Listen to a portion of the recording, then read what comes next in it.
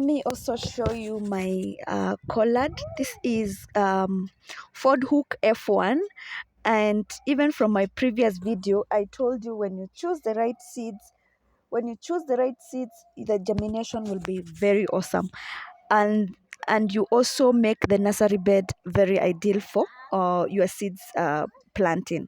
So I make sure that it is well manured. I make sure that we have the right water being done on a daily basis, and I make sure when we are planting, the the seed bed has been made very well, and the soil is very smooth.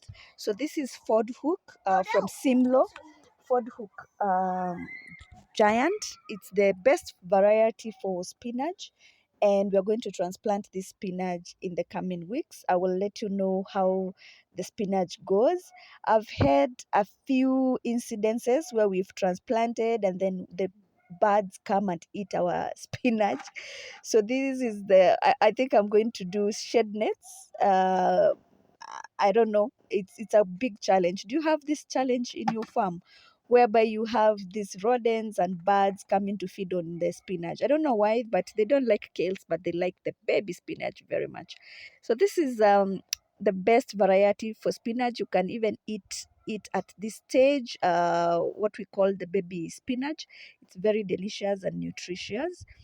But for me, we are going to transplant it, and then we are going to harvest in the coming months, after 1 month or so. Thank you so much for tuning in to Mbuvi Farm. If this is your first time here, please like and subscribe, and also try and share us out. We love you, and thank you for stopping by.